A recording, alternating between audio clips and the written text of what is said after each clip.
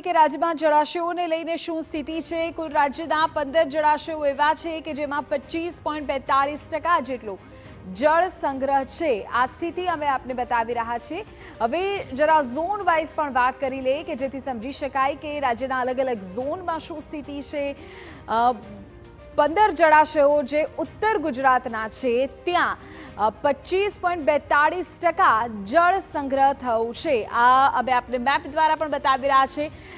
ઉત્તર ગુજરાતના 15 જળાશયોની વિગતો આપને આપી। હવે જરા અન્યની પણ વાત કરી લઈએ। બધાની પણ જો વાત કરવામાં આવે તો 17 જળાશયોમાં 37.24% જળ સંગ્રહ થયો છે।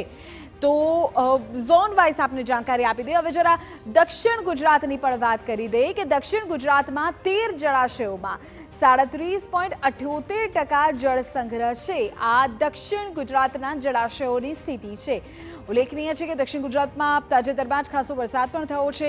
હવે જરા સૌરાષ્ટ્રની વાત કરી દઈએ। સૌરાષ્ટ્રના 141 જળાશયો કે જેમાં 27.75% જેટલું જળ સંગ્રહ છે। સૌરાષ્ટ્રના 141 કુલ જળાશયો છે જેમાં 27% આસપાસ જળ સંગ્રહ હોવાની વિગત છે।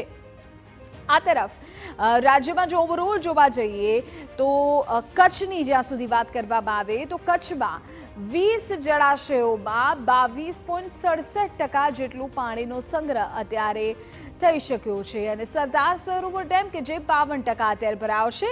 કચ્છમાં કુલ 20 જળાશયોમાં 22% આસપાસ પાણીનો જથ્થો સંગ્રહિત હોય એ પ્રકારની જાણકારી અત્યારે સામે આવી રહી છે। તો આ અલગ અલગ ઝોન વાઇઝ રાજ્યના અલગ અલગ ભાગ વાઇઝ અમે આપની જાણકારી આપી કે ક્યાં શું સ્થિતિ છે।